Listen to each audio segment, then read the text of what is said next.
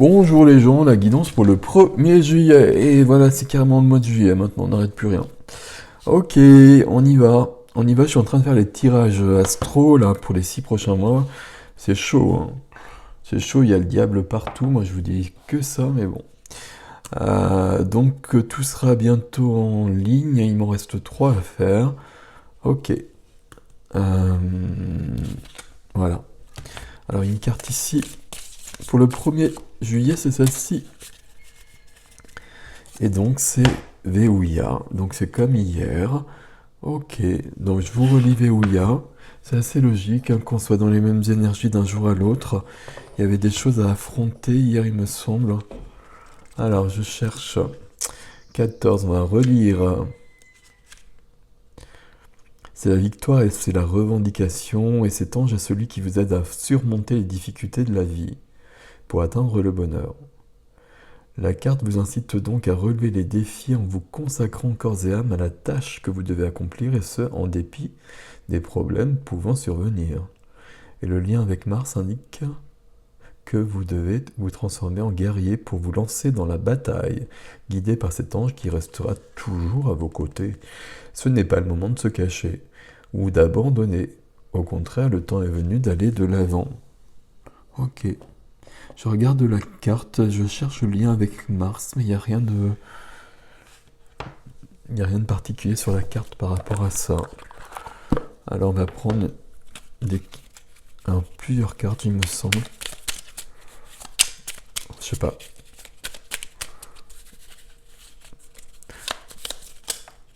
Non, il n'y en a qu'une et puis on la connaît bien.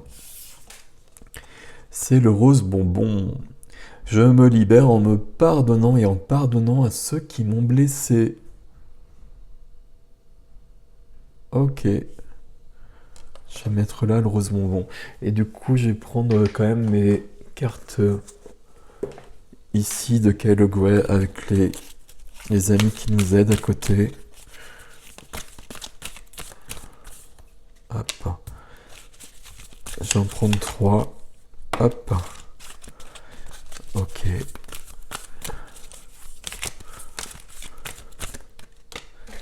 D'accord. Il y a beaucoup d'actions à mener. Il y a beaucoup d'actions à mener. Et il y a beaucoup d'avancées surtout. Notre ami Odin, là, qui est très actif pour révéler les dons, et notamment la clairvoyance, puisqu'Odin a sacrifié son œil pour que son troisième œil puisse s'ouvrir. Donc, Odin, Ganesh qui enlève les obstacles sur la route. Donc, visiblement, il y en a, et on va y arriver. Ok. Alors, je sais pas où mettre. Je vais mettre comme ça. Non, je vais mettre plutôt comme ça. Et comme ça. Et donc Shiva. Shiva, c'est le masculin sacré, donc c'est l'action. Et c'est la force intérieure qui nous permet d'agir. Je sais pas ce qui est marqué ici, pardon. Et donc on avance. Il y a une grande avancée qui est là. Il y a une grande avancée qui visiblement a commencé hier, en affrontant les choses. Et le fait d'affronter les choses et de pratiquer le pardon, bien sûr, vous permet d'avancer. Alors, hop.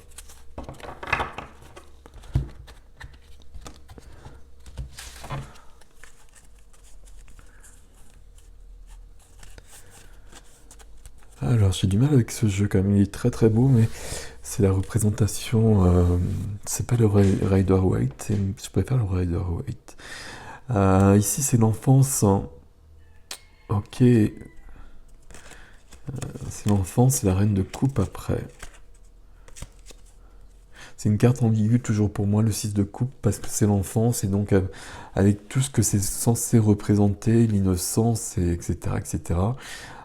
Mais chez la plupart des gens, ben, ça représente l'enfance, parce qu'il faut y retourner pour libérer des choses. Alors, on va prendre des cartes.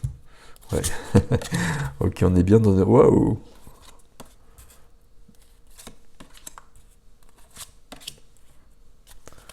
Alors, je continue ou pas, hein? Bon, on va en prendre 7. D'accord.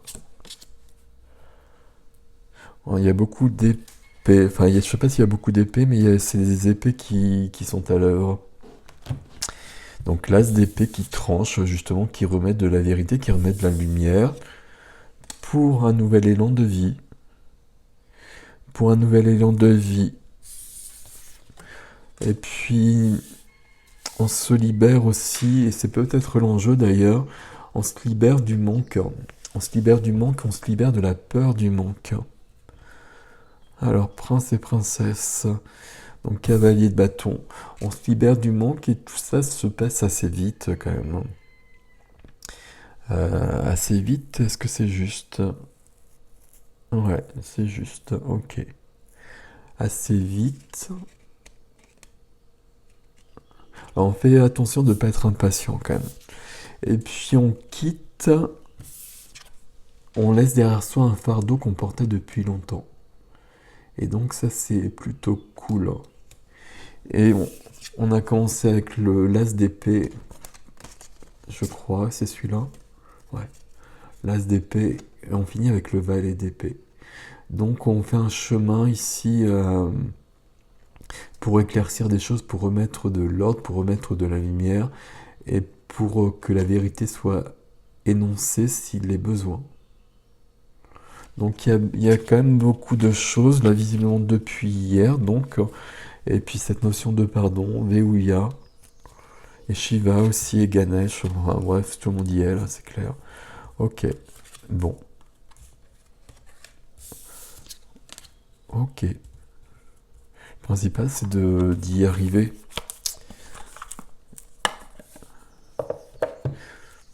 Ça peut être du travail subtil en fait, hein, qui n'est pas si présent que ça dans la matière, et qui peut apparaître à un moment donné, et qui se prépare en quelque sorte. Ok. Hop.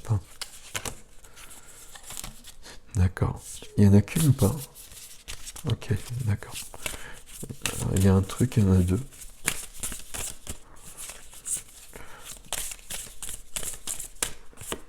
Merci. Cette carte-là, on l'a eue il y a peu de temps. Elle est plus importante que je ne l'ai dit. Donc s'instruire de nouveaux sujets te passionne et t'intéresse. Choisis un livre, un article, un podcast, une vidéo ou un programme en ligne sur ce sujet, pardon, et nourris cette curiosité. Je vais le refaire. Hein. Alors, s'instruire. Et je vais prendre du café en fait. S'instruire. De nouveaux sujets te passionnent et t'intéressent. Choisis un livre, un article, un podcast, une vidéo ou un programme en ligne sur ce sujet et nourris cette curiosité qui s'éveille en toi. Donc j'ai l'impression qu'il y a un travail qui est dans le subtil et qui va venir. Et qu'on vous propose une avancée spirituelle qui vient par le biais d'informations dans des livres, dans des vidéos, dans des rencontres peut-être aussi. Et que cela vient à vous. Et il faut les voir, il faut les suivre. Il y a une avancée. Et honnêtement, j'ai l'impression qu'on vous donne des munitions pour affronter une situation qui est en train de se préparer pour être résolue définitivement. Et puis recevoir. Tu donnes sans cesse tout ce que tu as, le peu qu'il te reste, tu l'offres. Accepte de recevoir. Prends la main qui t'est tendue, car tu peux vraiment donner sans savoir recevoir. Car tu ne peux vraiment donner, pardon, sans savoir recevoir. Prends la main qui t'est tendue, car tu ne peux vraiment donner sans savoir recevoir. C'est très important. C'est quelque chose qui est compliqué pour beaucoup de gens de recevoir. Et c'est pas juste. C'est pas juste de pas recevoir si l'on donne. Il faut un équilibre, sinon ça ne fonctionne pas. S'il n'y a pas cet équilibre qui plus est, euh, on va bloquer l'abondance, puisqu'on bloque le cycle. Et donc le manque apparaîtra. Donc il faut laisser circuler tout. Voilà, voilà. Il y a aussi évidemment à recevoir des informations. Hein. Donc il faut savoir les recevoir, demander à recevoir. Demandez à recevoir les informations qui sont justes pour vous à cet instant. Et vous verrez qu'il y a quelque chose qui se présente. Et donc à ce moment-là, vous n'avez plus qu'à suivre. Ok. Alors, petite voix. D'accord.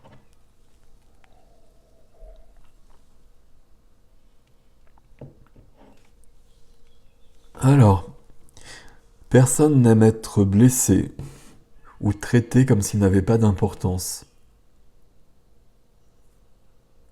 Personne n'aime être ignoré ou qu'on lui fasse sentir qu'il n'est ni aimé ni désiré.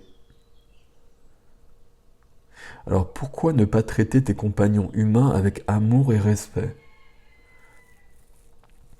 Essaie de les comprendre et sois prêt à les accompagner un bout de chemin de plus si c'est nécessaire. Sois très tolérant, très patient et très aimant. C'est comme cela que tu aimerais être traité toi-même. Alors vis comme tu souhaiterais que les autres vivent. Sois un bon exemple.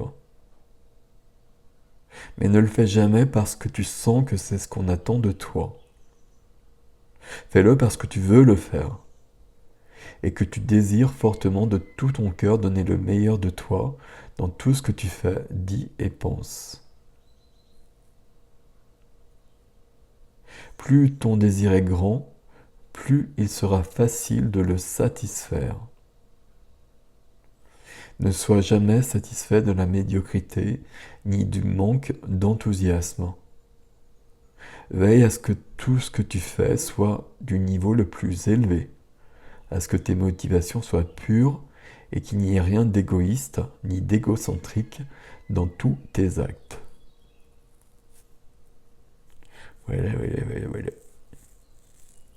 Voilà. C'est toujours plus intéressant de s'occuper de soi et de son parcours plutôt que de vouloir changer les autres, ce qui n'est pas juste et ce qui ne fonctionne jamais. Donc s'il y a quelque chose qui va mal, qui ne vous correspond pas dehors, bah, il faut le changer à l'intérieur. Toujours. Après, cette notion d'égoïsme, l'égoïsme, il est parfois juste aussi. Il faut être dans l'équilibre, justement. Et sur un chemin, sur le chemin de chacun, il faut avoir suffisamment d'égoïsme, entre guillemets, malgré tout, pour s'élever. Et donc, pour s'élever, il faut regarder où on est et prendre soin de soi et s'accorder le temps dont on a besoin. Et il y a bien cette notion ici d'avancer. Et donc, il faut du temps, il faut se consacrer à soi, il faut voir où on en est aussi.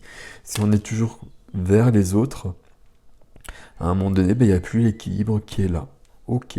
Et puis là, on est dans une expansion, et puis on s'apprête à franchir une nouvelle étape.